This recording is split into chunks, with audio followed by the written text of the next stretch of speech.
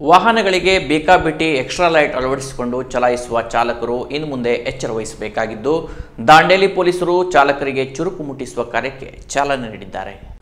ವಾಹನ ಸವಾರರ ವಿರುದ್ಧ ದಾಂಡೇಲಿ ನಗರ ಠಾಣೆಯ ಪಿಎಸ್ಐ ಐಆರ್ ಗಡ್ಡೇಕರ್ ಅವರ ನೇತೃತ್ವದಲ್ಲಿ ನಗರ ಠಾಣೆಯ ಪೊಲೀಸರು ಕಾರ್ಯಾಚರಣೆಗೆ ಚಾಲನೆಯನ್ನು ನೀಡಿ ಎಚ್ಚರಿಕೆಯ ಸಂದೇಶವನ್ನು ರವಾನಿಸಿದ್ದಾರೆ. ವಾಹನಗಳಿಗೆ ಬೇಕಾಬಿಟ್ಟಿ ಎಕ್ಸ್ಟ್ರಾ ಲೈಟ್ ಅಳವಡಿಸಿಕೊಂಡು ಚಲಾಯಿಸುವ ಚಾಲಕರು ಇನ್ನು ಮುಂದೆ ಎಚ್ಚರ ವಹಿಸಬೇಕಾಗಿದೆ.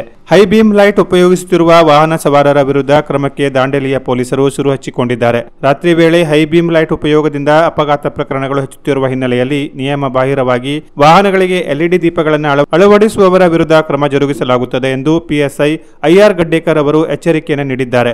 ಎಲ್ಇಡಿ ಲೈಟ್ಗಳು ವಿಪರೀತ ಪ್ರಕಾಶಮಾನವಾಗಿರುವುದರಿಂದ ಎದುರಿನಿಂದ ಬರುವ ವಾಹನ ಸವಾರರಿಗೆ ಸಮಸ್ಯೆಯಾಗಿ ರಸ್ತೆ ಅಪಘಾತಕ್ಕೆ ಕಾರಣವಾಗುತ್ತಿದೆ. ಈ ಹಿನ್ನೆಲೆಯಲ್ಲಿ ಈ ಕಾರ್ಯಾಚರಣೆ ಆರಂಭವಾಗಿದೆ.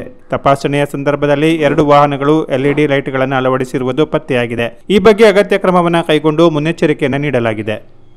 Canara plus news, Dandeli.